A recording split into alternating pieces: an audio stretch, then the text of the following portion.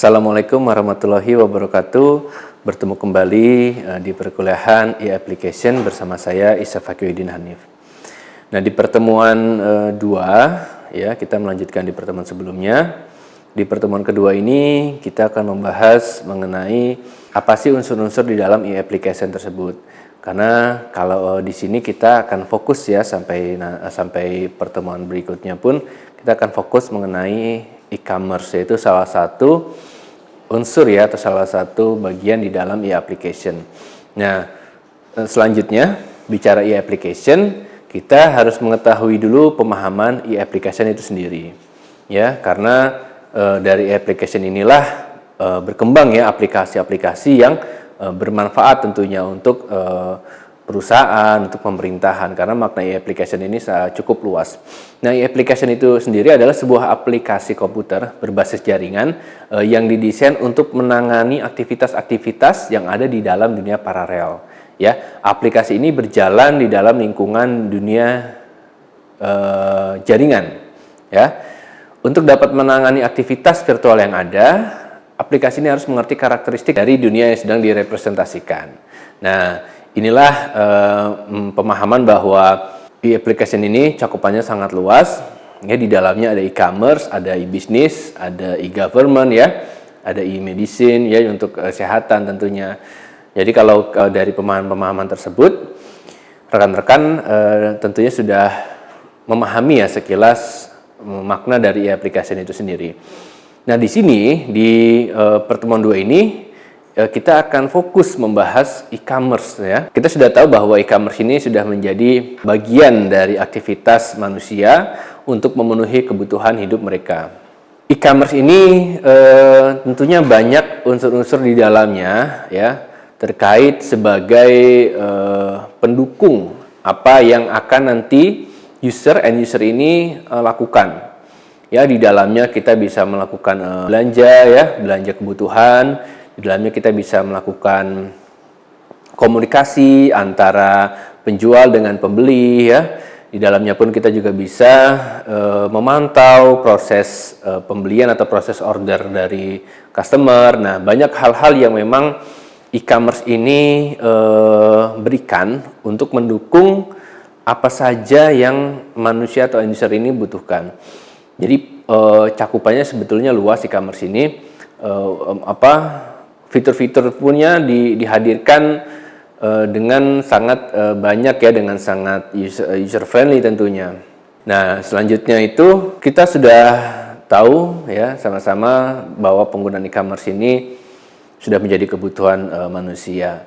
Nah, kembali lagi bahwa e-commerce ini memiliki pemahaman yaitu pembelian ya, penjualan produk, jasa dan informasi yang dilakukan secara elektronik ya, dengan dukungan melalui transfer dana ya, transfer dana elektronik ya. Kalau kita memahami e-commerce ini, yaitu artinya ya adalah sebuah pembelian, penjualan produk ya, jasa dan informasi yang dilakukan secara elektronik ya. Jadi apapun yang akan kita lakukan di dalam aplikasi itu ya, itu sudah menjadi satu entitas yang saling terhubung. Ya, bagaimana ketika cara user itu mengorder barang, bagaimana cara pemilihan barang, bagaimana cara melakukan pembayaran, bagaimana cara nanti melihat proses dimulai dari order sampai itu barang sudah diproses atau belum, sampai itu barang diterima oleh jasa kurir, sampai barang itu diterima. Jadi dari proses-proses tersebut itulah dibangun sebuah infrastruktur yang mumpuni ya untuk mendukung aktivitas tersebut. Karena jikalau salah satu unsur ya di dalam infrastruktur e-commerce itu hilang atau kurang maksimal, itu akan berpengaruh tentunya ya. Tentunya salah satunya berpengaruh terhadap apa yang kita berikan ke customer. Karena kenyamanan itu yang akan dicari, salah satunya akan dicari oleh customer supaya merasa customer itu merasa aman, merasa dilayani dengan baik. Nah, itulah salah satu pemahaman dari e-commerce itu sendiri. Nah, selanjutnya, bicara e-commerce, ada beberapa unsur yang tidak bisa dilepaskan. Dan memang ini dikatakan sebagai ya unsur yang memang harus ada. Kita bisa lihat di situ ada service. Ya, bagaimana kita memberikan pelayanan dengan baik ya untuk customer. bagaimana cara kita melayani apa saja kebutuhan customer. Service ini tidak hanya ketika customer itu membeli atau mengawali transaksi jual beli, tapi service itu ketika setelah penjualan itu selesai ya, bagaimana kita tetap melayani customer dengan baik supaya apa? Supaya customer itu percaya dan yakin bahwa ketika suatu saat customer itu membutuhkan barang yang sama, membutuhkan produk yang sama ataupun produk lainnya, minimal ada sebuah feel ya, rasa bahwa wah ini toko bagus ini ya, menarik, bahkan barang-barangnya lengkap dan pelayanannya bagus. Jadi service ini tidak hanya di awal tapi di setelah akhir proses transaksi tersebut. Banyak pemahaman servisnya pun layanan dimulai dari layanan karena kalau kita bicara e-commerce luas ya, ada yang model e-commerce B2B, B2C. Nah, beberapa e-commerce mereka menjembatani antara penjual dengan pembeli. Nah, ini merupakan service juga. Bagaimana mereka berbuat adil ya dalam hal ini ketika ada yang dirasa salah satu pihak dirasa ini kurang efisien, atau kurang nyaman. Nah, tugas service e-commerce di sini bagaimana mereka menjembatani ya supaya permasalahan dari kedua belah pihak itu selesai dengan baik dan sama-sama enak, sama-sama nyaman. Nah, inilah disebut service dalam e-commerce itu cakupannya banyak ya, dan salah satunya tentunya bagaimana cara kita memberikan layanan terbaik untuk customer. Nah, selanjutnya di situ ada analitik. Nah, ketika kita membangun e-commerce aplikasi, tentunya kita harus menganalisa ya, salah satunya menganalisa pasar. Ya, ini salah satu unsur di dalam e-commerce. Pasar bagaimana sih yang perlu kita analisa gitu kan? Salah satunya pasar dari kebutuhan manusia itu sendiri. Ya, bagaimana kita tahu bagaimana cara kita mendeskripsikan kebutuhan-kebutuhan dari sebuah entitas, dari sebuah user di satu di satu daerah, di satu kota ya. Salah satu seperti itu ya, untuk menganalisa bagaimana sih kebutuhan-kebutuhannya seperti yang banyak diminta ya, yang banyak dibutuhkan ya oleh salah satu kota atau daerah. Tentunya analisa yang lainnya bagaimana kita memberikan sebuah, kembali lagi bahwa ini sebuah layanan ya, e-commerce itu salah satunya sebuah layanan. Kita bisa menganalisa apa saja yang user atau manusia itu butuhkan ketika mereka berbelanja online ya, ketika mereka menggunakan aplikasi itu sendiri. Nah, ini perlu dianalisa supaya user itu merasakan bahwa aplikasi ini memberikan sebuah fitur ya, sebuah fitur yang memang user itu butuhkan gitu. Nah, inilah hal-hal mendasar yang perlu dikritisi dari unsur analitik dalam e-commerce. Nah, di dalamnya juga ada customer management.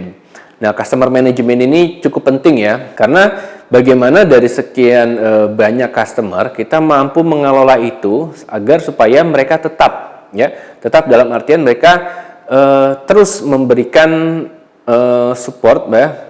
Bagaimana dalam customer management ini ya, kita memberikan pelayanan agar supaya customer merasa diperhatikan, merasa dikelola dengan baik ya.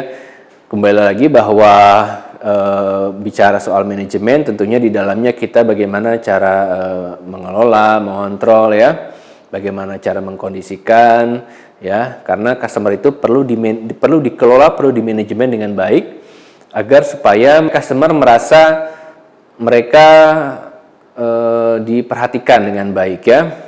Tentunya di sini support dari pengelola e-commerce sangat dibutuhkan. Nah, selanjutnya ada website design. Bicara e-commerce, kita tentunya bicara desain juga. Karena desain itu berkaitan dengan visualisasi yang kita berikan kepada customer.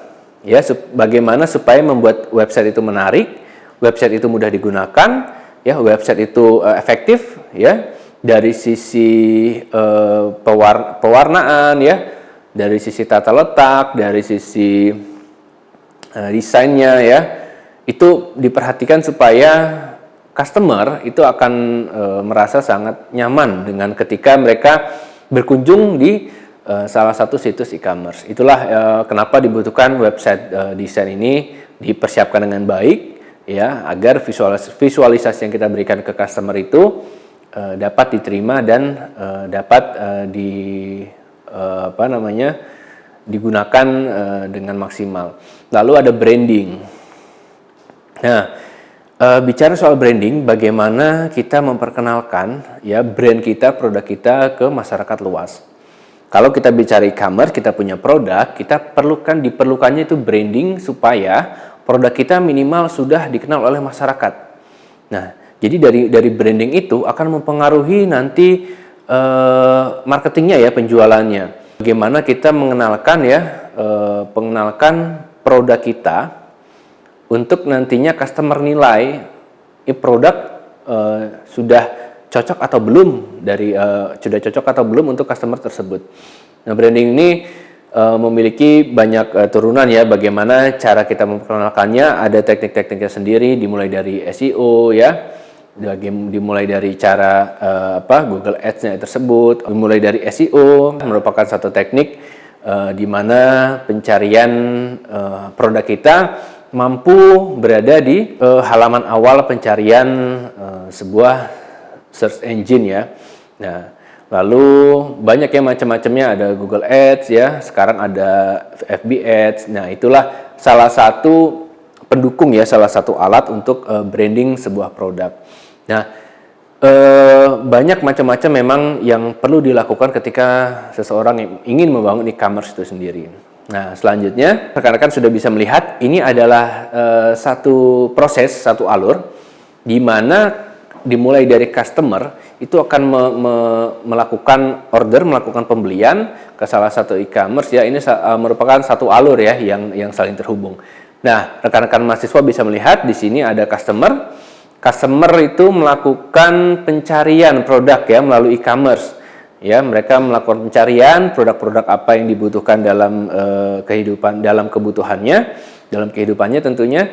Nah, setelah customer ini mendapatkan produk yang sudah diinginkan, customer bisa melakukan check out ya.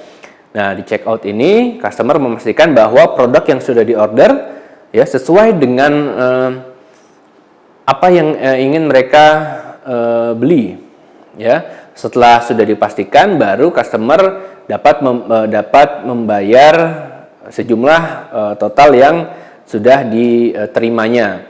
Lalu ketika sudah melakukan pembayaran ke salah satu bank ya, bank ini melakukan konfirmasi, ternyata sudah melakukan pembayaran, tentunya dicek lagi oleh aplikasi tersebut ya, ternyata dari customer ini sudah melakukan pembayaran.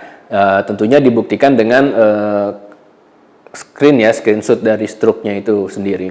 Setelah itu baru masuk ke warehouse. Nah, di warehouse ini barang-barang customer yang sudah diorder di packing ya, dipersiapkan di packing, di quality control supaya ketika sampai di customer tidak merasa kecewa karena sudah sesuai dengan apa yang dia cari, apa yang dia beli. Nah, di warehouse inilah juga cukup penting ya perannya ya, karena dia mengecek betul-betul barang yang akan diantar ke customer.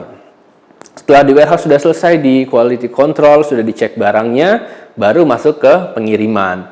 Nah, di pengiriman inilah akhir ya, salah satunya merupakan unsur akhir barang itu dapat diterima oleh customer. Dari alur ini sudah kita pahami bersama bahwa sebuah proses pembelian ya dimulai dari customer ke bank payment, ke warehouse sampai ke customer kembali. Ini salah satu alur yang standar ya, yang umum digunakan oleh beberapa e-commerce. Nah, selanjutnya bicara e-commerce, tentunya ada pendukung ya, ada alat sebagai penyedia supaya produk-produk yang dijualkan dapat dimaksimalkan dengan baik. Maka dari itu kita membutuhkan sebuah website ya. Website di sini merupakan satu rumah ya, satu rumah dalam tanda kutip bahwa kita di situ menyediakan semua komponen-komponen, semua fitur-fitur untuk nanti customer terima ya, untuk nanti customer itu dapat mencari produk-produk yang diinginkan tentunya. Nah, website ini harus dalam artian sebagai penyedia layanan e-commerce, website itu harus memiliki beberapa unsur untuk menunjang aktivitas e-commerce itu dapat berjalan dengan baik. Dari sisi tampilan kita juga harus pahami bahwa supaya visualisasi yang kita berikan ke customer itu dapat diterima ya, maksudnya membuat mereka nyaman ya. Lalu UI UX-nya diperhatikan juga tentunya ya, tata letaknya seperti apa ya, penempatan aset-aset website tersebut itu seperti apa, nah, itu harus diperhatikan. Website ini sendiri tentunya terus dikembangkan, terus diupdate sesuai dengan kebutuhan ya, karena kalau website ini pun belum kurang diupdate ya, lalu fitur-fiturnya pun juga tidak diupdate, maka beberapa unsur yang harusnya itu tercapai, kembali lagi bahwa membuat customer itu nyaman, nanti dikhawatirkan akan berkurang. Maka dari itu kalau kita melakukan sebuah aktivitas ya, jual beli melalui website, utamakan bahwa pelayanan kita terhadap customer itu yang harus diprioritaskan, seperti itu. Nah, selanjutnya membangun sebuah website ya, itu tidak akan maksimal ya, tentunya tidak akan berjalan ketika kita ingin publish ya ke masyarakat luas kalau tidak didukung oleh web hosting. Nah, web hosting di sini fungsinya sebagai penyimpanan data, penyimpanan seluruh data yang ada di dalam website ya, mulai dari bahasa pemrograman, data-database-nya seperti apa ya, lalu usernya, data-data usernya. Jadi di dalamnya itu bagaimana cara pengelolaan database ya, bagaimana cara pengelolaan data user, data customer, data-data produk, semuanya disimpan, dikelola di dalam web hosting. Nah, di web hosting ini bermacam-macam juga tentunya, mulai dari tipenya ya, mulai dari fitur-fiturnya, karena menyesuaikan dengan kebutuhan si penggunanya. Nah, itulah beberapa unsur dan beberapa pemahaman kita mengenai e-commerce ya. Mudah-mudahan dapat dipahami, dan jangan lupa selalu diulang-ulang dan selalu mencari sumber-sumber referensi valid lainnya. Saya akhiri, wassalamualaikum warahmatullahi wabarakatuh.